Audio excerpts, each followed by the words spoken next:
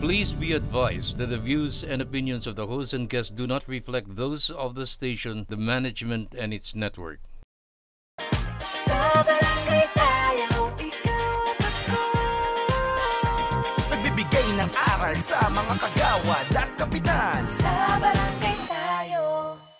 Isang magandang araw po sa inyo mga kabarangay. Ako po ang inyong lingkod, SK Mai Salazar. At welcome po sa isa na namang araw na makabuluhang talakayan para sa ikagaganda ng serbisyong barangay. Kasama pa rin po ang ating pambansang kagawad, Kags Butch Serrano. Maraming salamat SK Mai. Isa pong mapagpala at maulang araw po sa inyong lahat. Isa pong karangalan na makasama kayo 42,047 barangays para pag-usapan natin ang mga importante para mapagbuti natin ang ating serbisyo. Dito lahat yan. Sa barangay, tayo. Mga kabarangay, isang malungkot na balita po. GNN One Media Network and the production staff of Sa Barangay Tayo would like to extend our deepest condolences po sa mother ng isa po nating co-host na si Kags Marie Formentera Ferrer. Her mother recently passed on, si Mami Merla Pamplona Formentera. And on that note, si Kags Marie po ay pansamantala po magpapahinga po muna ngayong linggo hanggang maghilom po ang kanilang pagdadalumhati. Yes, SK, tayo'y nakikiramay sa pamilya Pamplona Formentera.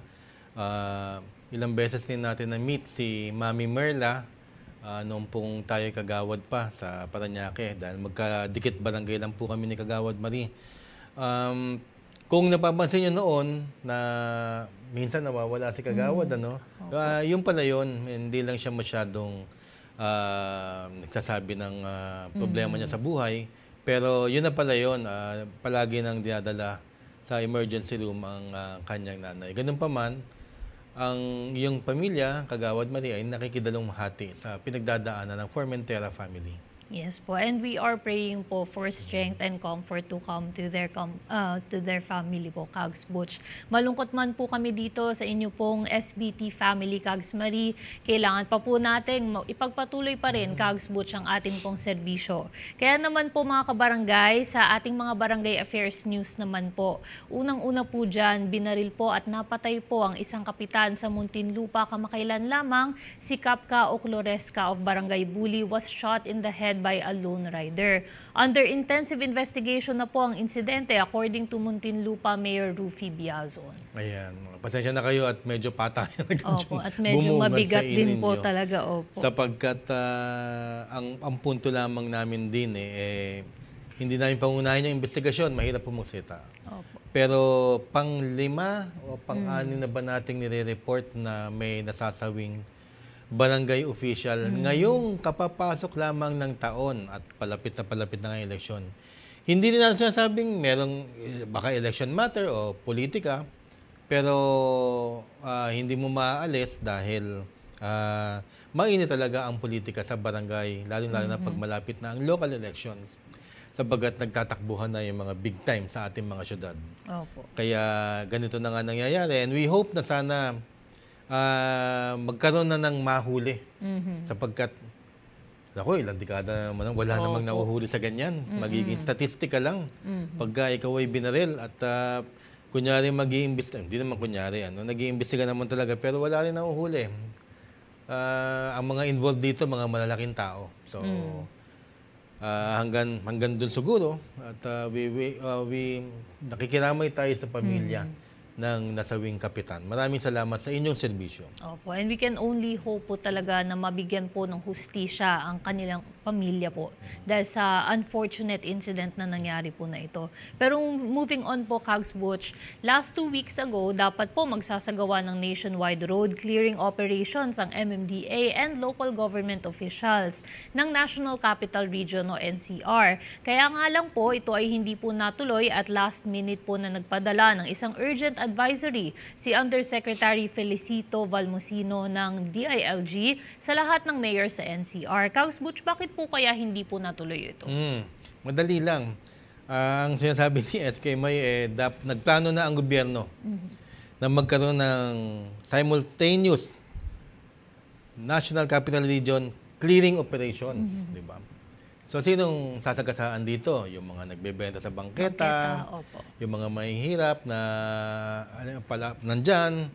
Alam nyo na, yung mga maliliit na mga businesses na hindi naman nagbabayad ng taxes pero naandun. Pero mga botante. So, isa lang. At ang rason dyan, politika. Kasi pagka patatanggal ng mga mayor yan ngayon, malapit na mag-file ng Election. COC ngayong October, baka matamaan sila. Dahil alaga nila yung mga yan. Mga botante rin nila ang mga yan. So, indefinite daw ang pag-cancel o pag-postpone ng clearing operation. So, ibig sabihin, siguro pagkatapos na ng eleksyon, tsaka sila siguro babanat ukol dyan. Pero sa ngayon, bigla na lang na-cancel without any reason na binigay. Other than yung ating conjecture, ang ating hula na politika nga yan. Okay po, maraming salamat po, Kags Butch. Ito Pero naman sayang. Opo. Hindi maganda ang layunin eh. Opo. Maganda ang layunin yun, clearing operations. Yun nga sinasabi natin eh. Sorry, naputol kita. Opo, okay lang po. Kasi ang ating pong Kapitan Don Francisco, isa sa ating mga host, napakatapang. Yung clearing operations, araw-araw niya ginagawa. Opo. Wala siyang pinapatawad. Ngayon, ang problema kasi dyan pag clearing operations, may matutuwa dahil luminis, may maiinis. Dahil tinamaan ang kanilang ginagawang pagbabawal. Wala naman kasing pumipigil kung nais ninyong magtrabaho at maghanap buhay. Wala akong napigil dyan. Pero within the bounds of government laws. At ang batas natin, kinakailangan bigyan mo ng pedestrian, at malalakaran, at may ibsan ng traffic nang hindi ka nakaka-perwisyo. Yun lang naman yun, within the bounds of law. Kaya maraming natutuwa, of course, pero maraming naiinis at mas maraming naiinis, mas natatakot ang ating mga local government officials dahil botante yung mga yon. Pero actually, Kags Butch, katulad na lamang po nung nakita natin sa Mandaluyong po, hindi po ba, si Mayora Menchi Abalos. Yes. Isa po yan sa mga talagang tinututukan po nila na maging malinis po ang lahat ng mga daanan sa kanilang lugar. At nagagawa naman po talaga ng paraan kung sakaling talaga pong ayaw po nilang mawala ng hanap buhay. Siyempre, yung mga nagbebenta po sa bangketa, halimbawa, nagagawan po ng paraan na bigyan po sila ng dedicated po na space. Hindi po ba? Instead, nandun po sila sa bangketa nakaharang at naaapektuhan ng mga clearing operations nga po ang kanilang mga business. Yun nga po, correct ka dyan. Talagang tumpak 100%. At pag ang isang kapitan kumilos at hindi sinuportahan ng local government official niya, pero dito nga sa Mandaluyong, lahat sila sinusuportahan ng kanilang mayor, mayorya, vice mayor, konsihal, hanggang sa kanilang kapitan at mga kagawad na nagkakaisa sila, nalilinisan talaga yan.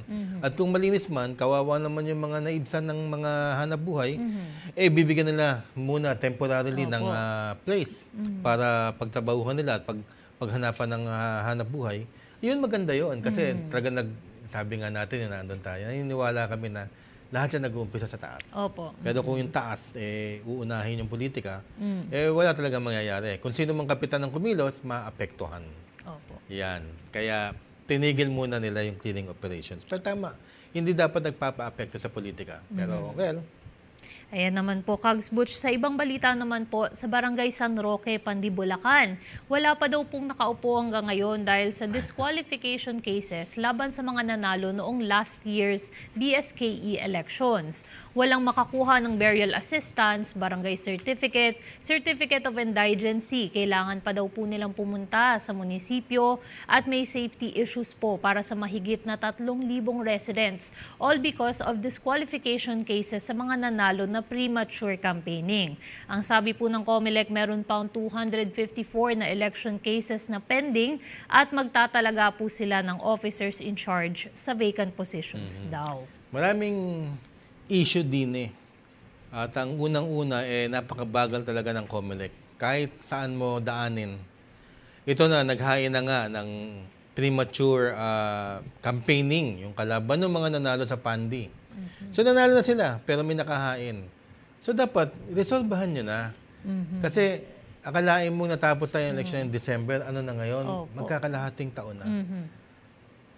Kaya mo naman sinuspend, COMELEC Chairman George Garcia, kaya mo sinuspend yung mga hinahian ng kaso is because tama din naman sinabi mo, due to prima facie evidence. Ibig sabihin malakas ang kaso laban sa kanila. Opo. May mga ebidensya. Kung gano'n naman pala, edi tanggalin na.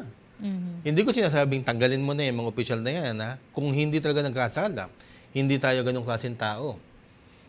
Pero kung may prima facie evidence na sinabi mo na suspension, di dapat mabilis na dapat ang decision ninyo. So ano pang hinihintay?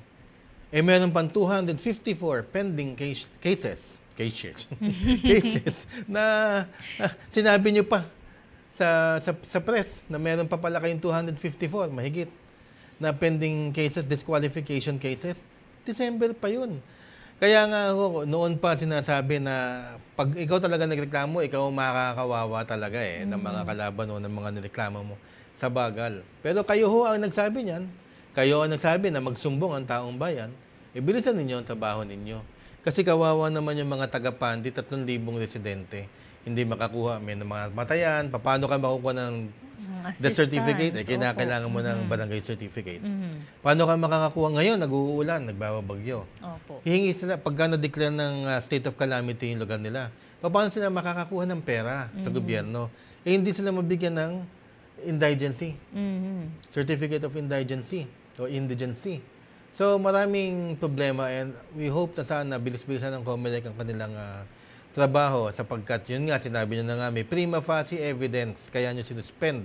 At nakasuspend pa rin sa kanila ngayon. Kung may ganun pala at wala nag-counter, hindi man tayo abogado, bilis-bilisan nyo po ang inyong pong desisyon para magkaroon na ng serbisyong dapat tinatapat na sa taong bayan. Doon sila'y nag-eleksyon pa noong December. Kailangan nila ng serbisyo. Sana nga po talaga, Kags Butch, ma-actionan na po ito dahil we are nearing almost the end of the second quarter na po ng taon na ito. And dapat nga po sana kung magtatalaga po ang COMELEC ng officers in charge ay nagawa na po ito nung first quarter pa lang po ng taon. Nung nakita na po nila ito pong mga disqualification cases against sa dapat po ay nanalo nung BSKE nung nakaraang taon. At sana nga po dahil po naapektuhan po dito ay delivery po ng services po sa barangay at delivery po ng tulong sa kanilang mga residente. Kaya po sana COMELEC po medyo bilisan po natin at may tanong pa dyan Opo. Sabi ng COMELEC na magtatalaga sila ng officer in charge. Yes. Doon sa mga, paano ka magtatalaga ng officer in charge? You don't even have jurisdiction para ikaw ang magtalaga ng officer in charge. Kinakailangan dyan, siguro, by this point, dapat ang mayor na ang maglagay ng officer in charge. Mga officers in charge. Sino tatalaga mo? Kung halimbawa, you have jurisdiction, ano yung mga kalaban? Yung mga naghihintay? O kung sino pipiliin mo? Yung COMELEC, hindi man lang alam kung sino yung mga matitong tao sa lugar na yun. O yung mga kapagsilbi. O kung sino man may gusto magsilbi. Hindi nyo alam. So, yung mga press release ng mga ganyan kagaya, mga task force na matagal na sinasabi, pati itong magtatalaga kami ng officers in charge, wala ho nangyayari. So, sana nga, yun ang aming pakiusap na bilis-bilis dahil pag upo nila ng mga yan, budget pa pag-uusapan nila, kawawa rin naman sila. Yung mga nasuspend nyo, kawawa yan, maghahabol yan. At election na next year. So, ano yung sasabihin ninyo? Mag-premature electioneering na naman sila dahil kauupo lang nila, magpapakilala kaagad ulit. Election na next year. So, ayun. Pakibilis. Maraming salamat po, Kags Butch. At yan nga po mga kabarangay, ang mga latest po na updates natin pagdating po sa Barangay Affairs. At bago po tayo magtapos sa ating pong segment na ito, Kags Butch, nais lang po natin mag-abot ng ating pong pagbati kay Kapitan Mario A. Anunuevo ng Barangay San Isidro, Atimonan, Quezon Province, at kay Nueva Vizcaya, Cap Cesar. Hindi po na naisulat na. Alam niyo, may backstory dyan kay Cap Cesar ng Nueva Vizcaya. Tumawag sa atin yan to our General Manager, Lorlyn Velarde Garcia, na nanonood nga daw siya. Ang problema, nakalimutan ko yung last name niya. Cap Cesar lang ang naalala ko. Pero dahil nga nakalimutan, magsusorry ako sa inyo. Sa susunod na episode po, kompleto po pati ang council ninyo. Kukumpletuhin po natin. Maraming salamat sa panonood.